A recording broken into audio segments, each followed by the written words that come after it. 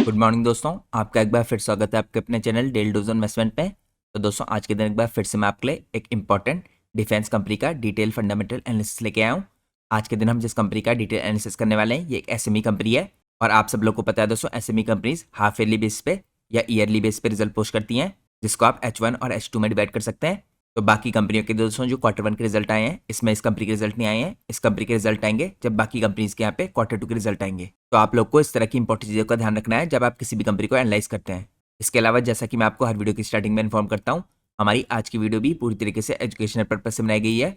हम अपनी किसी भी वीडियो में किसी कंपनी के प्राइस के ऊपर या उसके टेक्निकल चार्ट्स के ऊपर कोई भी डिस्कशन नहीं करते हैं। हमारा पूरा फोकस आता है कंपनी के एनालिसिस पे और इंडस्ट्री के एनालिसिस में। और दोस्तों मैं कोई सेबी रजिस्टर्ड रिसर्च एनालिस्ट या फाइनेंशियल एडवाइजर नहीं हूँ। तो अगर आपको मार्केट में कोई भी डिसीजन लेना है, उससे पहले आप लोग को अपने सेबी रजिस्टर्ड रिसर्च एनालिस्ट और फाइनेंशियल एडवाइजर की सलाह लेना बहुत ज़रूरी है। क्योंकि अगर आप लोग किसी के भी रैंडम रिकमेंडेशन पे मार्केट में अपने डिसीजन को बेस करेंगे तो आप लोग को मार्केट में काफ़ी हैवी लॉस उठाना पड़ सकता है। इसलिए मार्केट में हमेशा कॉशियस रहिए और कोई भी डिसीजन लेने से पहले अपने सेबी रजिस्टर्ड रिसर्च एनालिस्ट और फाइनेंशियल एडवाइजर को जरूर कंसल्ट कीजिए। तो ये तो दोस्तों एक इंपॉर्टेंट डिस्क्लेमर था। इसके अलावा अगर आप चैनल पे पहली बार आए हैं तो आपको पता होना चाहिए मैं अपने यूट्यूब चैनल के मेंबर्स के लिए कुछ खास इंपॉर्टेंट वीडियोस पोस्ट करता हूँ जो मेंबर्स ओनली कंटेंट होता है। अगर आप लोग को ये मेंबर्स ओनली कंटेंट एक्सेस करना है तो आपको सिंपली यहाँ पे ज्वाइन बटन पर क्लिक करके चैनल की मेंबरशिप लेनी पड़ेगी। जैसे ही आप लोग ज्वाइन बटन पर क्लिक करेंगे, इसके अंदर आपको अलग अलग तरह की मेंबरशिप देखने को मिलेंगी। आप उसमें से कोई सी भी मेंबरशिप सेलेक्ट कर सकते हैं। हर मेंबरशिप के थ्रू आप इन इंपॉर्टेंट वीडियोस को एक्सेस कर सकते हैं जो मैं अपने यूट्यूब चैनल के मेंबर्स के लिए पोस्ट करता हूँ। लेकिन यहाँ पे दोस्तों एक स्पेशल मेंबरशिप है जिसका नाम है प्लेटिनम इन्वेस्टर। वो मेंबरशिप लेने के बाद आप लोग डायरेक्टली मेरे से कॉन्टैक्ट कर सकते हैं। मेरा ईमेल एड्रेस आपको स्क्रीन में टॉप में देखने को मिल जाएगा। तो मैंने दोस्तों इस हफ्ते आपके लिए एक इंपॉर्टेंट कंपनी को कवर किया है। अगर आप यहाँ पे स्क्रीन में देखें, ये एक ऑटोमेशन इंजीनियरिंग की high growth micro cap company है। तो आप इसके ऊपर जो मैंने आपके लिए डिटेल एनालिसिस की वीडियो पोस्ट किया है इस हफ्ते, आप इसको चेकआउट कर सकते हैं।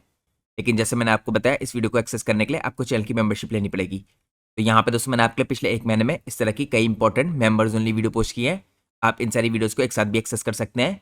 उसके लिए आपको मेंबरशिप लेने के बाद यहाँ पे मेंबर्स ओनली टैब पे क्लिक करना है। मेंबर्स ओनली टैब के अंदर आपको ये सारी मेंबर्स ओनली वीडियोस एक साथ देखने को मिल जाएंगी। इसके अलावा दोस्तों आने वाले एक आध दिनों में मैं आपके लिए एक और इंपॉर्टेंट डिफेंस की कंपनी के ऊपर एक डिटेल एनालिसिस की वीडियो पोस्ट करने वाला हूँ। तो आप चैनल की मेंबरशिप लेके उस वीडियो को भी वेट कर सकते हैं। तो ये तो दोस्तों मैंने आपको बताया आप किस हिसाब से यहाँ पे इंपॉर्टेंट मेंबर्स ओनली वीडियोस को चेकआउट कर सकते हैं। इसके अलावा आपको चैनल की मेंबरशिप लेने की एक और एडवांटेज मिलेगी। आप लोग को मेरा members only Telegram channel join करने का मौका मिलेगा।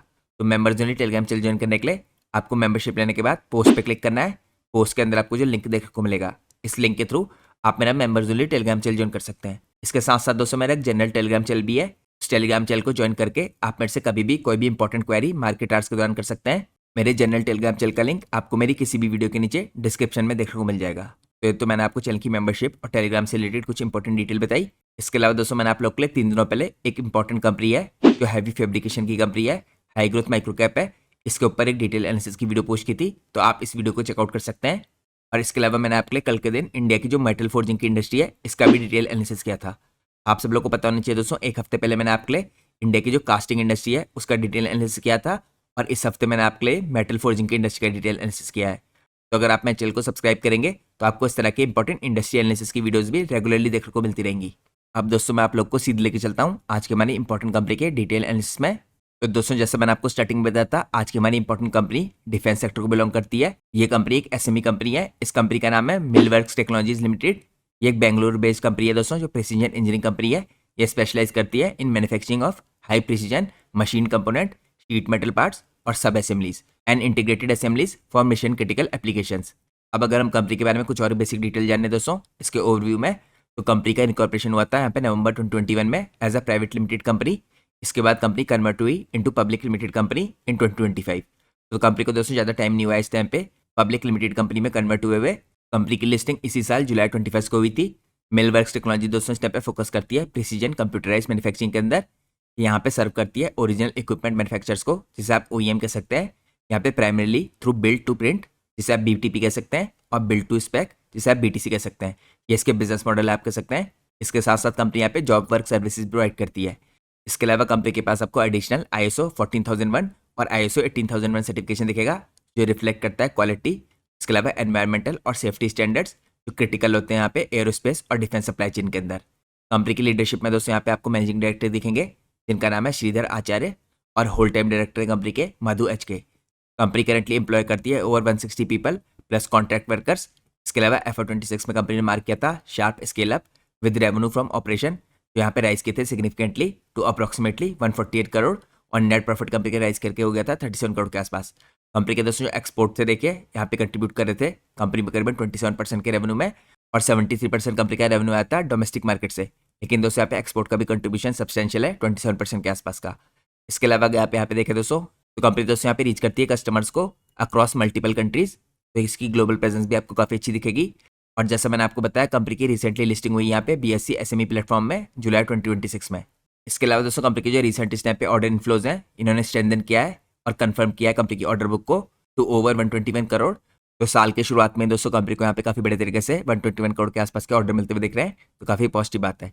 यहाँ पे दोस्तों मैं आपको कंपनी के फाइनेंशियल्स के बारे में बाद में चेकआउट करूंगा डिटेल में। अब दोस्तों हम चलते हैं नेक्स्ट पार्ट में। यहाँ पे हम चेकआउट करते हैं कंपनी के रेवेन्यू का ब्रेकडाउन इस टाइम पे अक्रॉस डिफरेंट ऑपरेशनल सेगमेंट्स। तो यहाँ पे दोस्तों अगर आप सेगमेंट के हिसाब से डिवाइड करें तो आप 3 मेन सेगमेंट में कंपनी के रेवेन्यू को डिवाइड कर सकते हैं।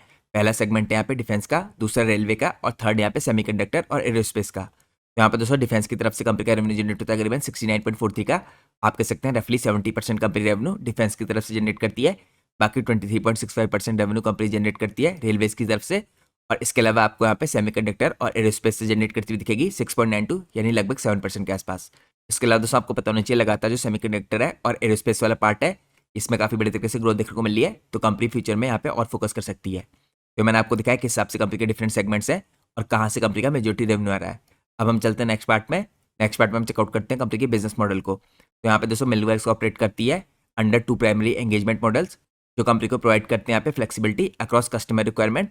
पहला कंपनी का इस टाइम पे मॉडल दिखेगा आपको बिल्ड टू प्रिंट, जिसे आप BTP कह सकते हैं।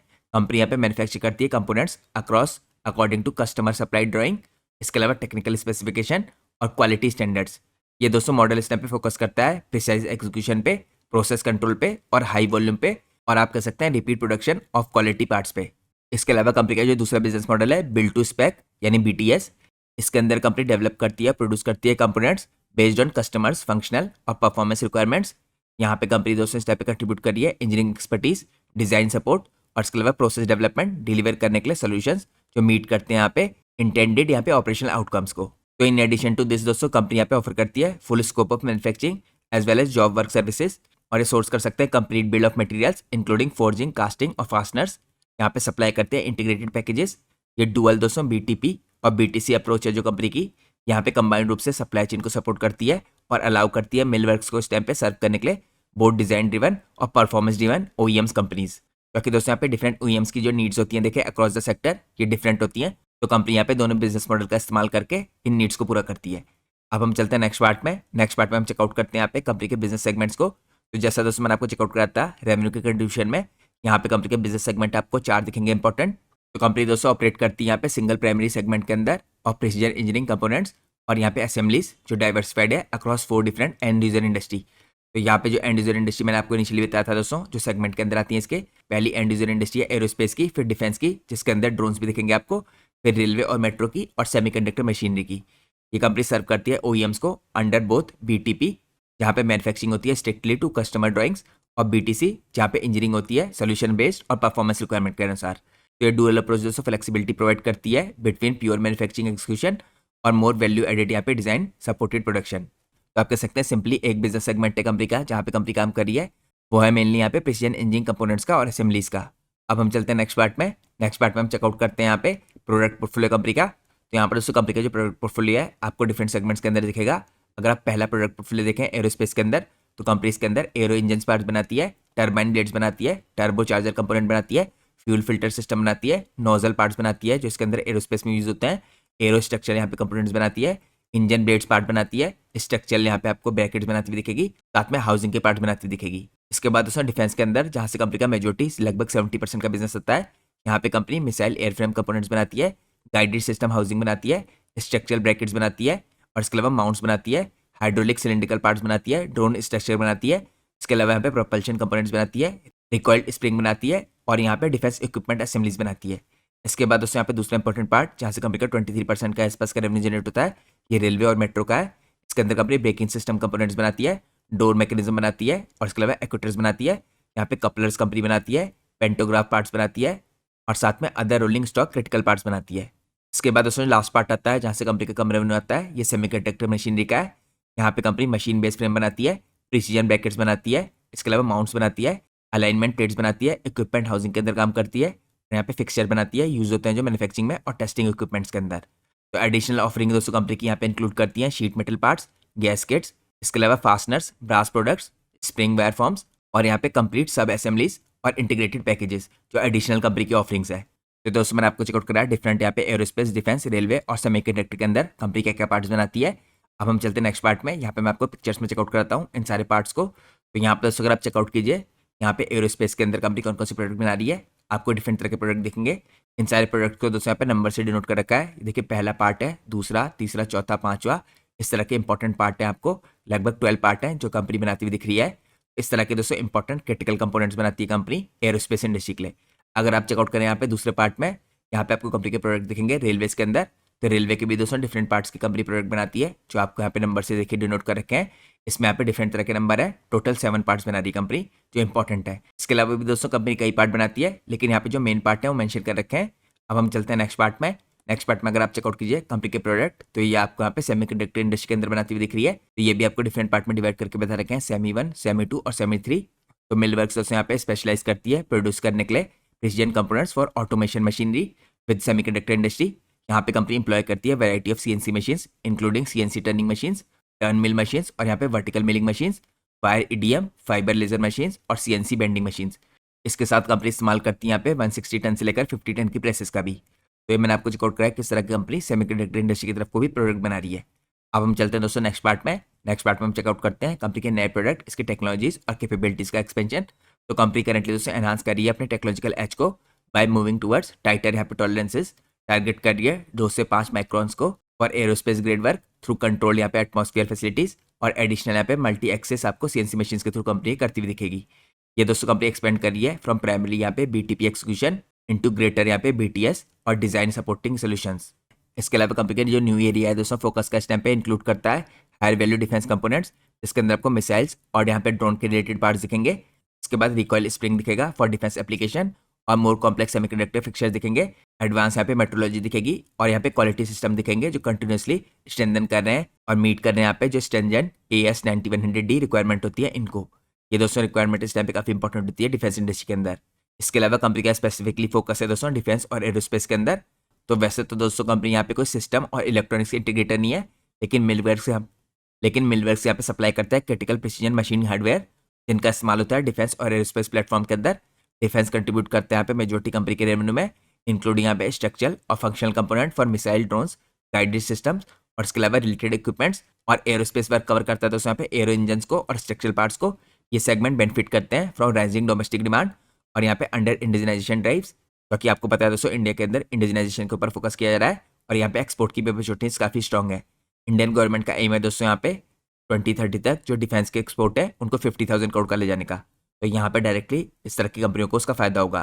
इस कंपनी का मैंने आपको ऑलरेडी दिखा दिया 27% के आसपास का रेवेन्यू एक्सपोर्ट से आ रहा है। इसके अलावा दोस्तों कंपनी ने रिसेंटली यहाँ पे नोट किया है इनको स्ट्रॉन्ग यहाँ पे इंक्वायरी आती हुई दिख रही है ऑर्डर मोमेंटम की फ्रॉम डिफेंस कस्टमर्स, पर्टिकुलरली यहाँ पे इंटरनेशनल क्लाइंट्स की, जो पोजीशन करता है कंपनी के डिफेंस वर्टिकल को एज अ की growth driver along side aerospace. अब हम चलते हैं एनालिसिस के नेक्स्ट पार्ट में। यहाँ पे हम चेकआउट करते हैं कुछ और इंपॉर्टेंट डिटेल। हम चेकआउट करते हैं यहाँ पे alignment with high growth and market. तो कंपनी दोस्तों हम चेकआउट करते हैं कौन कौन से ऐसे सेगमेंट में काम कर रही है जो इंडस्ट्री वाइज भी काफी फास्ट स्पीड से ग्रो कर रहे हैं। तो अगर आप देखें दोस्तों इंडिया के अंदर एरोस्पेस और ग्लोबल लेवल पे भी काफी फास्ट स्पीड से ग्रो कर रहा है। एरोस्पेस डिफेंस जो प्रिसीजन हार्डवेयर है दोस्तों ड्रिवन बाय फ्लीट मॉडर्नाइजेशन और इंडिजिनस प्रोग्राम्स और ग्लोबल सप्लाई चेन के डाइवर्सिफिकेशन के कारण इसकी डिमांड काफी आ रही है। तो कंपनी इसके अंदर भी काम कर रही है, ये काफी तगड़ी एडवांटेज है कंपनी को। इसके अलावा यहाँ पे रेलवे और मेट्रो रोलिंग स्टॉक है दोस्तों इसके कंपोनेंट है, इसके अंदर काफी अच्छी ग्रोथ देखने को मिली है सपोर्टेड बाय इंफ्रास्ट्रक्चर एक्सपेंशन। इसके बाद यहाँ पे सेमीकंडक्टर इक्विपमेंट है और इसके कंपोनेंट है जो ये लिंक्ड है यहाँ पे इंडिया के पुश की टुवर्ड्स इलेक्ट्रॉनिक मैन्युफैक्चरिंग। तो यहाँ पे कंपनी इसके अंदर भी काम कर रही है। तो ये दोस्तों कुछ इंपॉर्टेंट एरियाज है मल्टी ईयर की यहाँ पे जो डिमांड विजिबिलिटी दिखती है, और कस्टमर यहाँ पे सीख करता है रिलायबल सर्टिफाइड डोमेस्टिक और यहाँ पे competitive global suppliers of high precision parts. तो यहाँ पे कंपनी काफी बड़े तरीके से काम करती हुई दिखेगी आपको। इसके अलावा दोस्तों यहाँ पे कुछ इंपॉर्टेंट देखे गवर्नमेंट की जो पॉलिसीज हैं इसकी भी टेलमेंट देखने को मिलती है। गवर्नमेंट का यहाँ पे एम्फेसिस है मेक इन इंडिया पे और आत्मनिर्भर भारत पे, और करंटली डिफेंस और एरोस्पेस का जो इंडिजिनाइजेशन है ये इसके अंदर आता है, और ये क्रिएट करता है फेवरेबल कंडीशंस फॉर क्वालिफाइड यहाँ पे प्रिसीजन कंपोनेंट मैन्युफैक्चरर्स। जैसे मैंने आपको बताया कंपनी के पास यहाँ पे AS 9100D सर्टिफिकेशन है, ये काफ़ी इंपॉर्टेंट है जो एनेबल करता है कंपनी को पार्टिसिपेट करने के लिए इन एरोस्पेस और डिफेंस सप्लाई चेन। यहाँ पे राइजिंग कैपिटल एक्सपेंडिचर है इस टाइम पे रेलवे का, ये भी काफ़ी बड़े तरीके से गवर्नमेंट की पॉलिसी है जो फायदा पहुंचा रही है इस तरह की कंपनियों को। इसके अलावा आपको काफ़ी नए मेट्रो प्रोजेक्ट्स आते हुए दिख रहे हैं, ये भी कंपनी के लिए फायदेमंद है। और साथ में सेमीकंडक्टर का इंफ्रास्ट्रक्चर तो दोस्तों इंडिया में वैसे ही काफ़ी बड़े तरीके से डेवलप हो रहा है, जो फर्दर सपोर्ट करता है यहाँ पे डिमांड को। इसके अलावा यहाँ पे एक्सपोर्ट की भी काफ़ी ह्यूज अपॉर्चुनिटीज़ हैं ग्लोबल लेवल पे, क्योंकि दोस्तों ग्लोबल कंपनी सीख कर रही है ऑल्टरनेट सोर्सिंग यहाँ पे outside traditional high cost geographies, तो यहाँ पे इंडिया उनके लिए काफ़ी बड़ी ऑप्शन है। अब हम चलते हैं नेक्स्ट पार्ट में। यहाँ पे मैं आपको चेकआउट करता हूँ इस कंपनी के कुछ इंपॉर्टेंट मोड्स। तो अगर आप सबसे ज़्यादा चेकआउट करें दोस्तों, कंपनी का पहला मोड यहाँ पे यही है, इसके पास यहाँ पे AS9100D सर्टिफिकेशन है, जो मल्टी साइट यहाँ पे क्वालिटी सर्टिफिकेशन है। और इस सर्टिफिकेशन को होल्ड करना आपको यहाँ पे काफ़ी बड़े एडवांटेज देता है एरोस्पेस क्वालिटी स्टैंडर्ड्स के अंदर, अलॉन्ग विद ISO 9100 और रिलेटेड सर्टिफिकेशन। तो ये सारे सर्टिफिकेशन दोस्तों यहाँ पे क्रिएट करते हैं स्ट्रॉन्ग क्वालिटी बैरियर, तो इसके कारण नए एंट्रेंट्स यहाँ पे एंटर नहीं कर पाते हैं, इनके लिए डिफिकल्ट होता है यहाँ पे, टाइम कंज्यूमिंग प्रोसेस होती है इस तरह के सर्टिफिकेशन को अचीव करना। इसके बाद दूसरा इंपॉर्टेंट दोस्तों यहाँ पे मोड आता है इस कंपनी के पास और बाकी इस तरह की कंपनियों के पास, लॉन्ग कस्टमर के क्वालिफिकेशन साइकिल्स। यहाँ पे एरोस्पेस हो गया, डिफेंस हो गया, रेलवे OEMs हो गए, ये रिक्वायर करते हैं एक्सटेंसिव वेंडर अप्रूवल्स। इसके अलावा प्रोसेस वैलिडेशन और यहाँ पे ऑडिट्स, और जब ये अप्रूव होते हैं दोस्तों कस्टमर प्रेफर करता है स्टिक करना विद प्रूवन सप्लायर, जो देता है स्टेब्लिश प्लेयर्स को एक ड्यूरेबल एडवांटेज। तो यहाँ पे लॉन्ग कस्टमर जो क्वालिफिकेशन साइकिल होता है इस तरह की पुरानी कंपनियों के लिए काफ़ी फायदेमंद होता है। इसके बाद दोस्तों अगला इंपॉर्टेंट मोड आता है इस कंपनी में, हाई प्रिसीजन मैन्युफैक्चरिंग एक्सपर्टीज। यहाँ पे कंसिस्टेंट एबिलिटी कंपनी के पास प्रोड्यूस करने की कंपोनेंट्स विद टाइट टॉलरेंस, यहाँ पे supported by advance metrology including CMM और प्रिसीजन मेजरिंग सिस्टम्स। ये रिक्वायर करते हैं स्पेशलाइज स्किल और इक्विपमेंट, जो यहाँ पे टेक करता है ईयर्स टू बिल्ड। इसके अलावा दोस्तों कंपनी के पास एक और इंपॉर्टेंट मोड है यहाँ पे, जो बिजनेस मॉडल का मोड है डुअल BTP और BTS का। तो यहाँ पे दोस्तों दोनों कैपेबिलिटीज बिल्ड टू प्रिंट और बिल्ड टू स्पेक कंपनी को एडवांटेज प्रोवाइड करती है।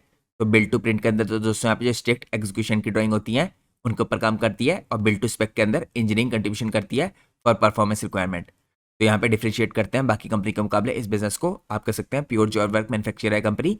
इसके बाद कंपनी के पास एक और मोड यहाँ पे प्रोसेस नो हाउ है अक्रॉस रेगुलेटेड सेक्टर्स। यहाँ पे एक्यूमुलेटेड एक्सपीरियंस है कंपनी के पास डिफेंस में, एरोस्पेस में, रेलवे में और सेमीकंडक्टर में। तो ये प्रोसेस नो हाउ दोस्तों इसलिए इंपॉर्टेंट है क्योंकि काफ़ी लंबा टाइम लगता है देखिए एरर्स को रिड्यूस करने में, यहाँ पे इस तरह के कंपोनेंट बनाने में। तो कोई भी जो पुरानी कंपनी है इस तरह की कंपनियों से काम लेना चाहेगी जिनके पास प्रोसेस नो हाउ है और जो काफ़ी साल से इसके अंदर काम कर रही हैं।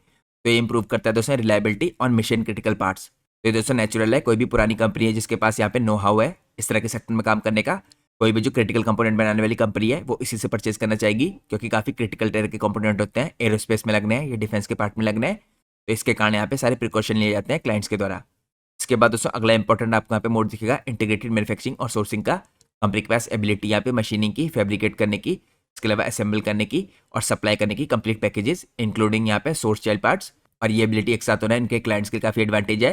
तो कोई भी क्लाइंट दोस्तों इनके साथ देखिए अपना रिश्ता खत्म करके अपनी स्विचिंग कॉस्ट को इंक्रीज नहीं करना चाहता, क्योंकि यहाँ पे स्विचिंग कॉस्ट काफ़ी हाई होती है। इसके अलावा दोस्तों एक इंपॉर्टेंट मोड है, अगर आप वैसे देखें यहाँ पे कैपिटल इंटेंसिव स्पेशलाइज मैन्युफैक्चरिंग होती है, डिफरेंट तरह की CNC मशीन्स का और प्रेसेस का इस्तेमाल होता है। तो वो सारी दोस्तों इस टाइप पे मशीन्स लेना और उनको लगाना, उनका इस्तेमाल करना, उसके अंदर भी काफ़ी ज़्यादा खर्चा लगता है, तो इसलिए स्मॉलर प्लेयर्स यहाँ पे कंपटीशन नहीं दे पाते हैं। तो ये कुछ इंपॉर्टेंट मोड्स दिखाए दोस्तों इस टाइप पे मैंने आपको मिलवर्क टेक्नोलॉजी लिमिटेड के। अब हम चलते हैं एनालिसिस के नेक्स्ट पार्ट में, यहाँ पे हम चेकआउट करेंगे कंपनी के फाइनेंशियल्स को।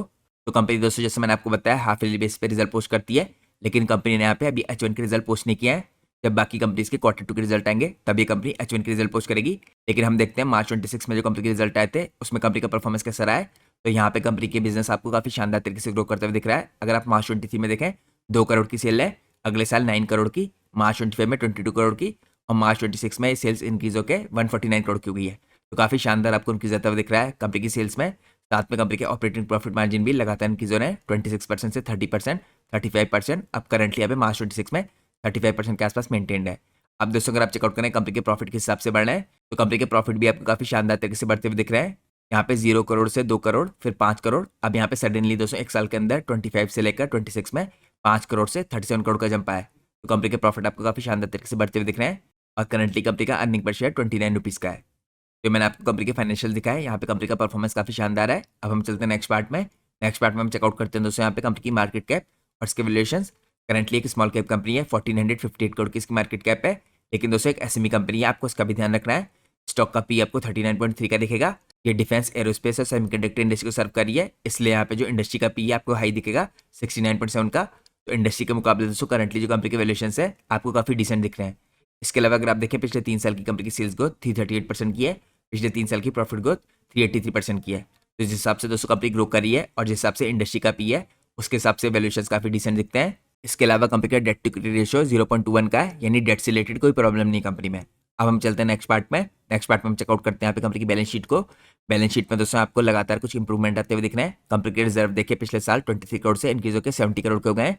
यहाँ पे बोरिंग्स थोड़ी बड़ी है 10 करोड़ से 17 करोड़ की, लेकिन रिजर्व के मुकाबले काफ़ी स्ट्रॉग है, जिसके कारण डेट टू इक्विटी रेशियो काफ़ी अच्छा है।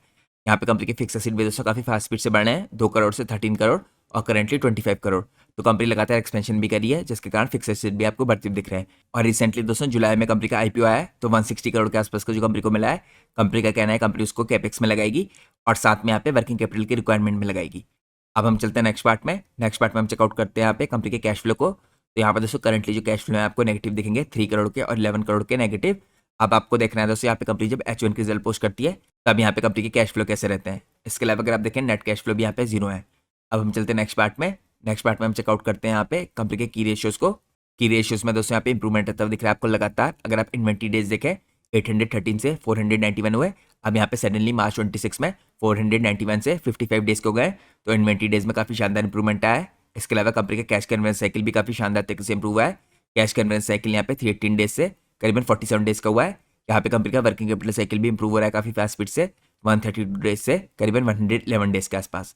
अब दोस्तों यहाँ पे H1 के रिजल्ट काफ़ी इंपॉर्टेंट रहेंगे, क्योंकि जिस हिसाब से आंकड़े इंप्रूव हो रहे हैं हमें देख रहा है कि H1 में कंपनी किस हिसाब से अपने आंकड़े इंप्रूव कर पाती है।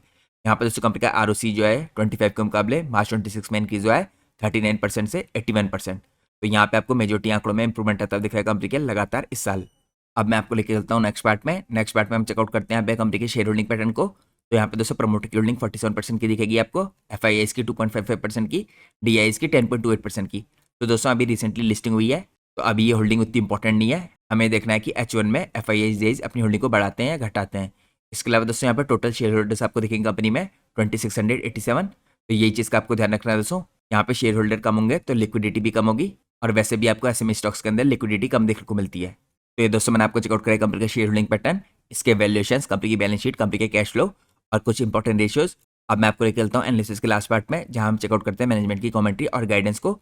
सबसे पहले अगर आप देखें दोस्तों, मैनेजमेंट ने यहाँ पे ग्रोथ के आउटलुक को लेकर और कैपेक्स के प्लान को लेकर क्या कहा है।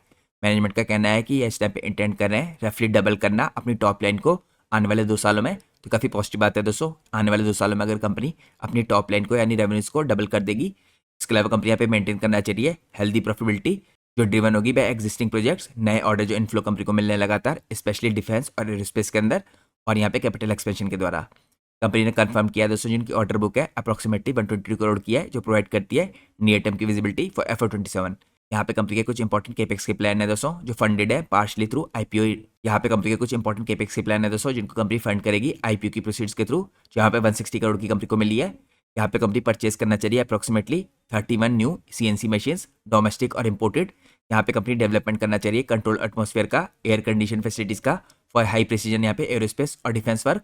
साथ में कंपनी स्पेस का इस्तेमाल करना चाहिए यहाँ पे एक्सपेंशन करने के लिए कैपेसिटी को at existing units, particularly unit 4 के अंदर, यहाँ पे एडिशनल स्पेस प्रोवाइड करेगी। इसके अलावा कंपनी स्पेस का इस्तेमाल करना चाहिए IPO की प्रोसीड के वर्किंग कैपिटल को सपोर्ट करने के लिए और हैंडल करने के लिए लार्जर ऑर्डर वॉल्यूम्स और लॉन्गर यहाँ पे रिसीवेबल साइकिल्स, जो कॉमनली आपको देखने को मिलते हैं डिफेंस सेक्टर के अंदर। तो कंपनी का कहना है जो फुल बेनिफिट होगा दोस्तों यहाँ पे नई मशीनरी का और फैसिलिटीज़ का, ये एक्सपेक्टेड है जब यहाँ पे रैंप अप होगा अर्ली 2027 के ऑनवर्ड्स, तब आपको देखने को मिलेगा, जो सपोर्टेड होगा यहाँ पे हायर वॉल्यूम्स और मोर कॉम्प्लेक्स यहाँ पे हायर वैल्यू वर्क्स। अब लास्ट में दोस्तों मैं आपको कंक्लूजन में चेकआउट कराता हूँ। ओवरऑल आप कह सकते हैं जो मिलवर्क्स टेक्नोलॉजीज है ये इस टाइम पे यंग है, कंपनी नई है, लेकिन रैपिडली ग्रोइंग यहाँ पे स्केलिंग कंपनी है, जो प्रिसीजन इंजीनियरिंग के अंदर काम कर रही है। और यहाँ पे इसका फोकस है इस टाइम पे हाई टॉलरेंस कंपोनेंट्स के अंदर रेदर देन कंप्लीट सिस्टम्स और इलेक्ट्रॉनिक्स। तो कंपनी की स्ट्रेंथ आपको अच्छी दिखती है यहाँ पे सर्टिफाइड मैन्युफैक्चरिंग इंफ्रास्ट्रक्चर के थ्रू, मल्टी यहाँ पे सेक्टर डाइवर्सिफिकेशन के थ्रू और ग्रोइंग एक्सपोर्ट्स के थ्रू। ये अलाइन करता है इस टाइम पे इंडिया की मैन्युफैक्चरिंग और इंडियनाइजेशन की प्रायोरिटीज़ के साथ। यहाँ पे की जो मॉनिटरिंग 200 पॉइंट्स है ये इंक्लूड करते हैं successful execution of capacity expansion, management of working capital और इसके अलावा कस्टमर की कंसल्टेशन। साथ में यहाँ पे जो सस्टेनिंग ऑर्डर का कन्वर्जन है ये काफ़ी इंपॉर्टेंट रहता है डिफेंस और एरोस्पेस के अंदर। तो डाटा दोस्तों यहाँ पे ड्रॉन किया गया है कंपनी के डिस्क्लोजर द्वारा, फाइनेंशियल स्टेटमेंट्स के द्वारा और यहाँ पे पब्लिक अनाउंसमेंट्स के द्वारा। लेकिन जैसे मैंने आपको बताया कंपनी के रिजल्ट जो H1 के आएंगे वो काफ़ी इंपॉर्टेंट आएंगे, तो आप उन रिजल्ट्स को ट्रैक कर सकते हैं। इसके अलावा दोस्तों एक और इंपॉर्टेंट डिटेल है, कंपनी को रिसेंटली यहाँ पे 19 तारीख को 53 करोड़ का एक नया ऑर्डर मिला है, जिसकी ऑर्डर बुक को और भी एक्सपेंड करता है। तो ये दोस्तों आज का हमारा इंपॉर्टेंट डिटेल एनालिसिस था, और जैसा मैंने आपको वीडियो की स्टार्टिंग में इन्फॉर्म किया था हमारी आज की वीडियो भी पूरी तरीके से एजुकेशनल पर्पज से बनाई गई है। हम अपनी किसी भी वीडियो में कंपनी के प्राइस के ऊपर या उसके टेक्निकल चार्ट्स के ऊपर कोई भी डिस्कशन नहीं करते हैं। हमारा पूरा फोकस होता है कंपनी के एनालिसिस में और इंडस्ट्री के एनालिसिस में। और दोस्तों, मैं कोई सेबी रजिस्टर्ड रिसर्च एनालिस्ट या फाइनेंशियल एडवाइजर नहीं हूँ।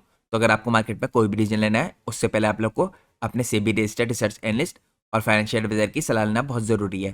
क्योंकि अगर आप लोग किसी के भी रैंडम रिकमेंडेशन पे मार्केट में अपने डिसीजन को बेस करेंगे तो आप लोग को मार्केट में काफ़ी हैवी लॉस उठाना पड़ सकता है। इसलिए मार्केट में हमेशा कॉशियस रहिए और कोई भी डिसीजन लेने से पहले अपने सेबी रजिस्टर्ड रिसर्च एनालिस्ट और फाइनेंशियल एडवाइजर की जरूर सलाह लीजिए।